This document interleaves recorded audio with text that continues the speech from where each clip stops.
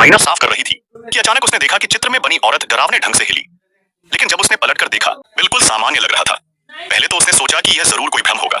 आखिर एक चित्र कैसे हिल सकता है? लेकिन आगे जो हुआ वह उसकी जिंदगी का सबसे बड़ा पछतावा बन गया। उसकी बड़ी बेटी एनी के कमरे में भी एक अजीब चित्र लगा था। चित्र में बना व्यक्ति एक कैंची और कंघी पकड़े हुए था। इस नए घर में आने के बाद से जितना एनी उस चित्र को देखती, उतना ही वह डरावना लगने लगा। उसने तुरंत उसे हटाने की कोशिश की, लेकिन हैरानी की बात यह थी कि चित्र दीवार से चिपका हुआ था और उसका आयास हिलता ही नहीं था। ऐसा लग रहा था कि दीवार पर कोई चित्र नहीं बल्कि कोई इंसान बैठा हो। उस रात जब एनी अपने कमरे में सो रही थी, तभी अचानक उसे कैंची की आवाज सुनाई दी। Cut cut. फौरन बाद उसके बाल रहस्यमय तरीके से कट गए। जब वह अगली सुबह उठी तो उसके खूबसूरत लंबे बाल बुरी तरह से कटे हुए थे। गुस्से में एनी ने तुरंत अपनी शरारती छोटी बहन पर शक किया और उससे झगड़ने पहुंच गई। लेकिन डरावनी बात यह थी कि उसकी बहन को कुछ पता ही नहीं था।